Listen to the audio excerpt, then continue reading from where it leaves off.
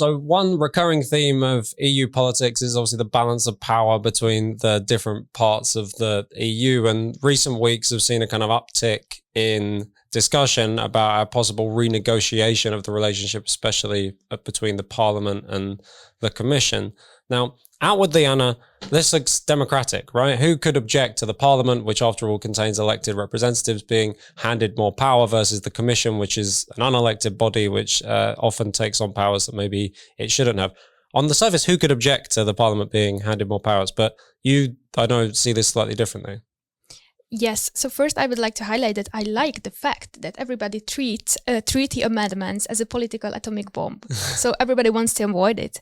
I kind of like this fact, but also I don't like the way it goes, because we want to change and we want to amend our democratic deficits by giving more powers to the European Parliament, which is, in my opinion, not the way to heal it. So I totally not agree with this. And in this press release,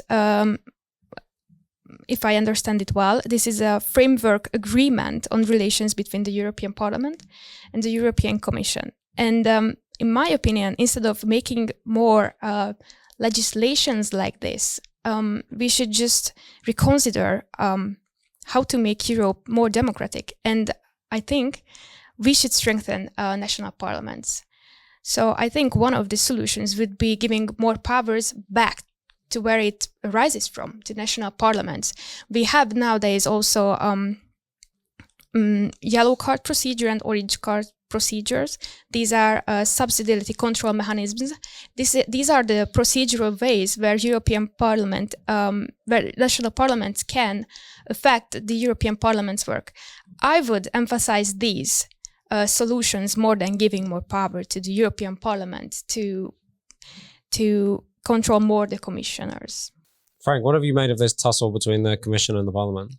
Well, I don't think it's a tussle. That's what's important about it here, because what you have is a symbiotic relationship where the Commission or sections of the Commission are using people in Parliament as a medium through which their federalist project can proceed. And the way they're doing that is by trying to give Parliament a bit more power than it has at the moment. And given the fact that the Parliament is dominated by a federalist majority, they're hoping that this will legitimate their attempt to take over more and more prerogatives that until now are in national hands. I think it's important to emphasize one point, which is that the idea of democracy in the institution of the European Union, any of the institutions, is nonsense. There is no democracy either in Parliament, nor in the Commission, nor anywhere else, for the very simple reason that there is no demos. There is no European demos, and without a European demos, there cannot be democracy. The only place that democracy makes any sense is within the nation states. What you have is a grotesque caricature of what a parliament is like. The European Parliament is not a parliament like a national parliament. It's not accountable to a particular electorate. It's made up of delegates from different countries who've all been elected by different people, and they have nothing in common with each other. So by extending the power of Parliament, you're not extending the power of democracy. You're extending the power of those cliques who have a very strong position within the Parliament itself. And you're using these individuals and the pretense of democracy that they somehow seem to convey as a way of making the federalist project more palatable to the European society.